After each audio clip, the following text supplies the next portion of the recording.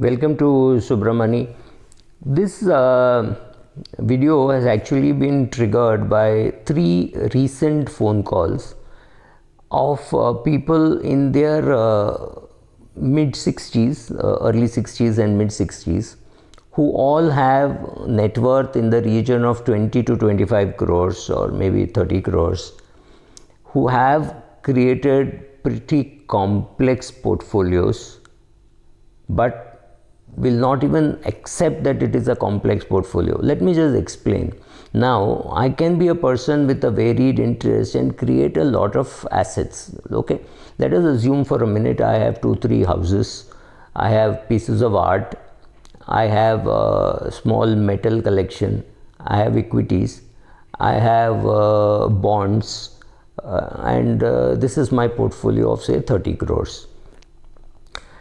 I have one daughter who is doing, who has done MA in psychology and she works as a school teacher or something like that, or she's created a career in science. She's a doctor and she's not interested in money, or not obviously interested in money. Of course, she's had all the good things of life. I've led a good life, so I've shared it with her. Or I don't have children, right? So both the cases, let us take both the cases. What happens is, I have created enough wealth, and if I drop dead today, there is this 30 crores which is going to be available to my wife. I have no other dependents. Now the question is, does my wife want to handle this complexity, is a question which I have to answer myself very, very authentically. Because in a good mood, my wife will say, yes, I will. But the truth is, you know your wife, you know your children. Do they want to? I'm assuming that you have one child who is not interested, or you don't have children. In such a cases, who is going to handle your portfolio after you die? And any of us could drop dead and we could have enough money for our family, but not know who is going to manage it. You need to create a small group, maybe 2 people, 3 people, like trustees, who will be able to help your spouse. Here I am making an assumption that the husband knows everything and the wife does not know anything, and she is not participated enough. Just participating by saying I pay the telephone bills and I pay the electricity bills doesn't help. You need to understand every nuance of every asset, because these are big amounts of assets which have been created. So if your spouse doesn't know that, and you're already in your 60s and therefore you have created so much wealth, thanks to ESOP, thanks to whatever, most people who born in the 60s have created wealth because they spend less and they don't have too many hobbies which are expensive. So therefore there is money accumulated. That's fine. You've done a fantastic job of creating wealth, but please understand the job of withdrawing that wealth and using is completely different. So let me give you an example. It was in 1962 perhaps that John Kennedy said we have to put a man on moon. But they actually put a man on moon only in 1968, right? Why did it take 6 years?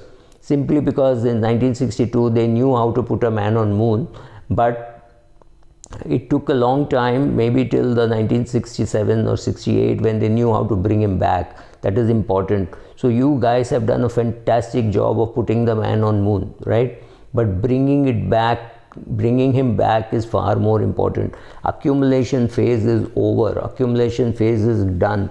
Now the question is, how much do you withdraw, and what all do you need to take care of? You need to take care of income tax. So if your money is in bank deposits, it's better off being in mutual funds or in tax-free bonds because of the tax impact. This is fairly obvious. Go to a growth scheme. Whenever you withdraw, you pay 10% and not at 43%, which you would be paying because of some sitting fees here and there, right? So that straight away puts you into the 30% slab. So you can't escape the 30% slab. But if you go into capital gain and you pay 10% or 20% up with plus indexation, so effectively 14-15%, it is definitely lesser. So you get more tax efficient. You check out your spouse's interest in doing the whole thing of bringing it back. Does she know how to do it? Third is to say, I will create this team of 2-3 people whom she can ask, so that when a bank RM comes and says buy a unit linked pension plan or some shit like that, she knows how to push back and say no, right? These are things which you have to teach. creating wealth for your family is good, but preserving wealth also has to be taught. Withdrawing has to be taught. Withdrawing is not as simple as you think it is. It is pretty complicated. Not too much of help is also available. Not enough advisors who will tell you how to withdraw. And far more important, your money should last at least one day after you die. So assuming that you're husband and wife and you cop it today and you have 30 crores, either create this team which is going to manage 2 people, 3 people, nephew, niece, neighbor, chartered accountant, or whoever. Create that small team of 2-3 people whom your wife trusts completely. Have lunch or dinner with that person, and pretty often, means at least once in 6 months. Tell them what's happening, brief. Make sure that your spouse understands what you're doing, why you're doing, and if she's not interested in one asset class, just get rid of it. Suppose she's not interested in art and your painting's worth 4 crores or 5 crores, get rid of it. Because if you don't get rid of it, it'll just rot, because she does not need the money and she does not pay attention, it will rot.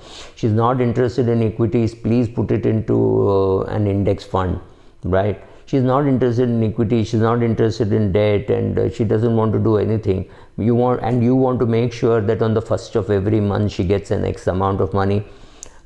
Advise her that when you drop dead, all she needs to do is buy an annuity from LIC, name the company, write it down, and tell her just sell off 10 crores worth of equity, pay 1 crore of income tax. I'm assuming 0 cost. So you will have 9 crores. When you buy a 9 crore worth of annuity, you will get 5 lakhs a month, or approximately.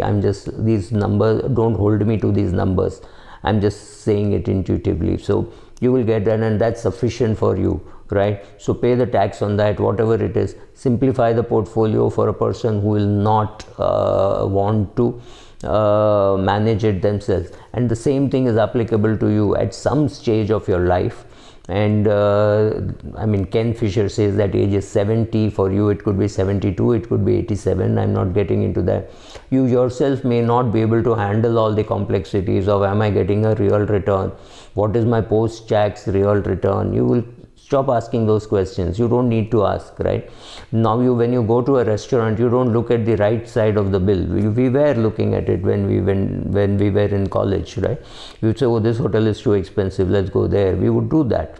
But once you've arrived in life, you walk into a restaurant without worrying too much about the right side of the bill, and you don't say, oh my God, a piece of bowl of curd costs more than a cow. You don't make those comments. You made those comments when you were 20s.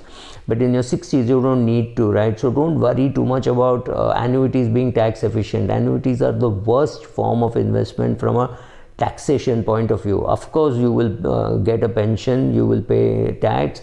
It is not inflation index. Sometimes it's not inflation index, sometimes it could be. Yes, but it is simple. You cannot take that away. It's like a savings bank account. If your wife left 30 crores in the savings bank account, she will still have sufficient money for the next, say, 30 years. So look at what you can do to simplify for the next generation. They are perhaps incompetent, not interested, or abroad. So having money is good. It's like putting the man on moon, but how to bring him back is something which, if you don't know, the fact that you put him on the moon is pretty useless, right? So remember, NASA could put a man on moon only when they knew how to bring him back. Bringing a person back is not so easy. So that kind of advice is not even available. There are not enough advisors who are old enough to be able to tell you how to withdraw from your existing corpus. Don't think it is very simple. Of course, there are simple things like making your will, which most of you may have done it when you have this kind of wealth.